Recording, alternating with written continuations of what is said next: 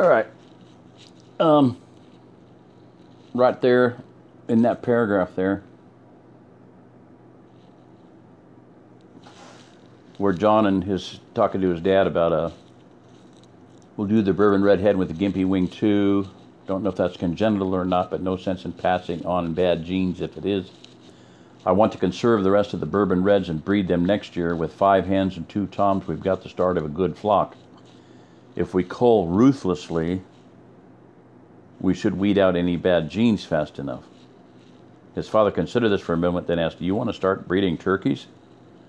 Well, Dad, John rubbed the back of his neck. I think we probably should. We've always ordered from McMurray or Privet or Ideal, but I don't know if they even still exist now, and if they do, if they'll still be able to ship birds next spring. I'd hate to butcher what potential breeding stock we do have now. We have now only to discover we can't get any more poults or chicks. Besides, we know feed's going to be expensive for at least the next several years. Turkeys are a lot more efficient at living off of what they can forage than a chicken. Okay. Probably be a better idea to use them for meat birds and just keep chickens for eggs. You know, other than your surplus roosters and cull hens. Okay, so the point about that they're better at foraging than chickens, well, certainly that's true.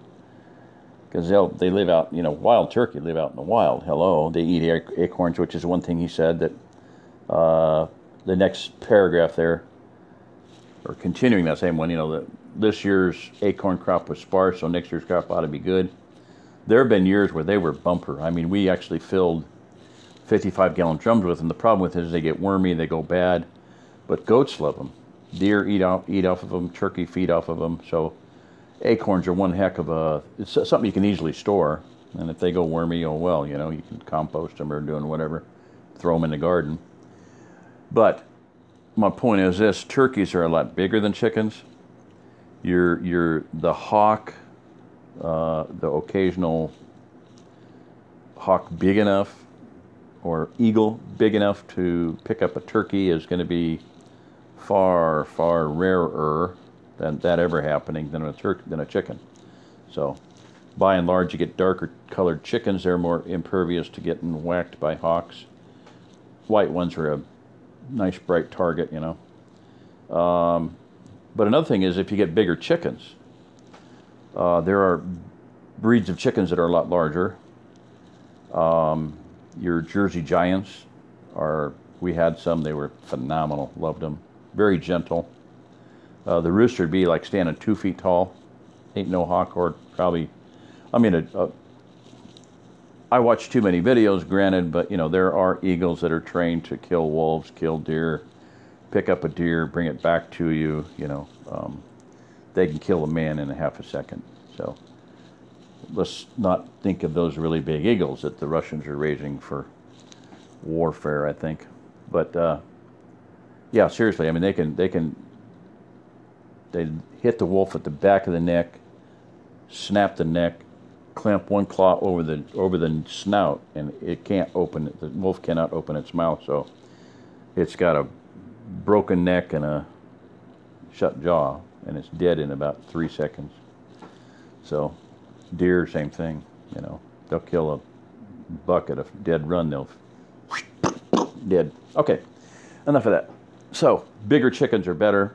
Chickens that will graze instead of you've got to feed them, much better. So if you're thinking of raising chickens, get chickens that are going to be less likely to be whacked by predators, which means bigger. I got another end of that too, smaller also, but for right now I'm talking about bigger stuff. Jersey Giants, kind of bird that Kathy's sister, Brahman. There's some really big breeds. I think Brahman or something like that.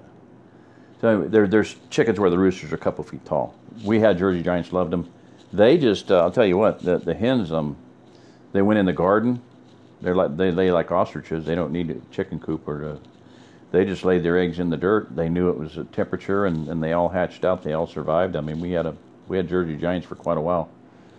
Now, about scalding them, I'll tell you this, you know, we were scalding a whole bunch of chickens, and so I was, you know, one hand, lift it up, process it. So I dunked a Jersey giant hen in there. Oh, okay. This is a two-handed job to get it out. I could dunk it in with one hand, drop it in with one hand, but I had to have both my arms to get it back out by the time the water soaked it up. So they're big, a lot more meat, bigger eggs probably. I'm sure they were. Whatever the other kind of bird is, I apologize. I'll try to notate it, but you know, because Jersey's family wants us to get them. Love them. This gal loved them, so she told us to get them. And I forgot the name. I should have asked her before she turned in. So anyway, and now the other thing is Aracanas. They're crazy. They're wild. Love them. The roosters are beautiful. I mean, you can have 30 different roosters, and they will all be a different color. I mean, we had a friend of ours gave us a whole bunch of Aracanas, and most of them were roosters, and we raised them for quite a while, kept them around. Finally realized, you know, 25 roosters is kind of. How many times do you want to hear that at 4 o'clock in the morning or all night? You know,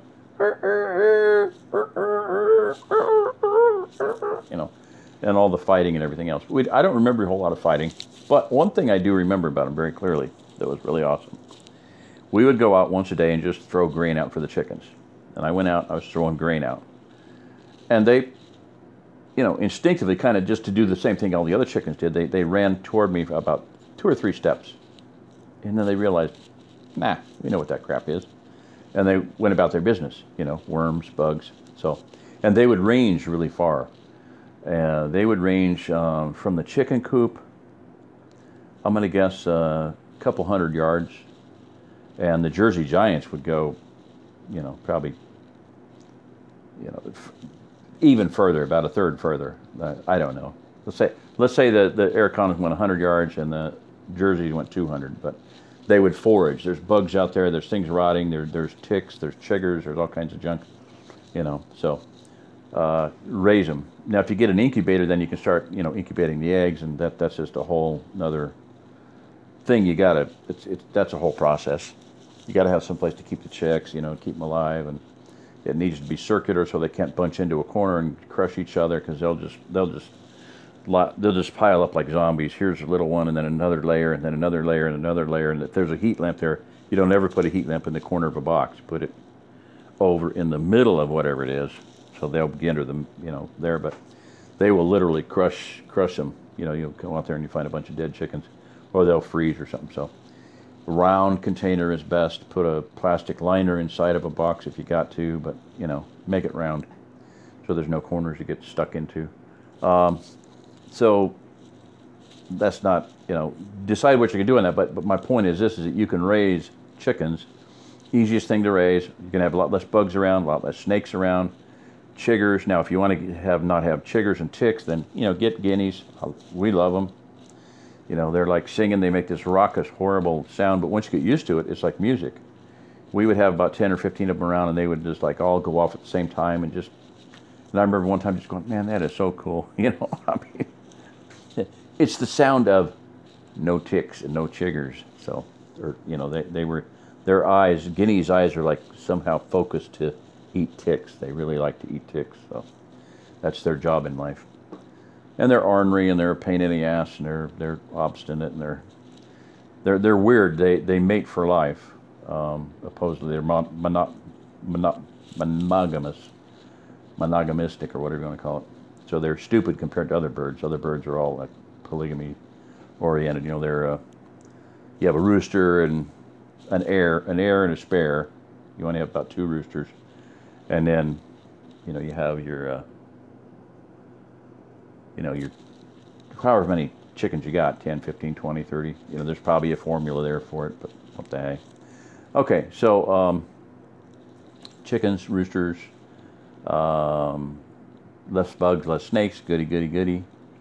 And money, eggs every day to eat, and every once in a while, if you want one with a bad wing or something that happens, you know, you can eat a chicken once in a while. On the subject of the scalding, I should have covered it then, but I'm going to cover it now. Let's say you want to scald the chicken, or you want to eat a chicken, and you don't really want to have the hassle of scalding it, and maybe you're one of those people that doesn't really care about the skin. Well, guess what? You can lay that chicken out. Now you want to just, make an incision on the neck and bleed it properly, but you make just a little incision on the leg into the skin, and take any kind of a pump, bicycle pump, a pump for pumping up sleeping bags, where it's got a little thin nozzle, the little red nozzle thing there. You stick that in there and hold it tight. Have a kid hold it tight, or wire tie it or something, tape it, and then pump it up, and it'll inflate the bird. In fact, one time I was doing it, and the air got up here, and it went, and it was kind of weird sounding because it was dead, or maybe I cut the head off, I don't know, but it just, the air hit that. But it'll inflate it, and it'll blow the wings out, expand the wings, and it'll, basically what it does is it just, then you just skin it. So, and it's super easy to skin.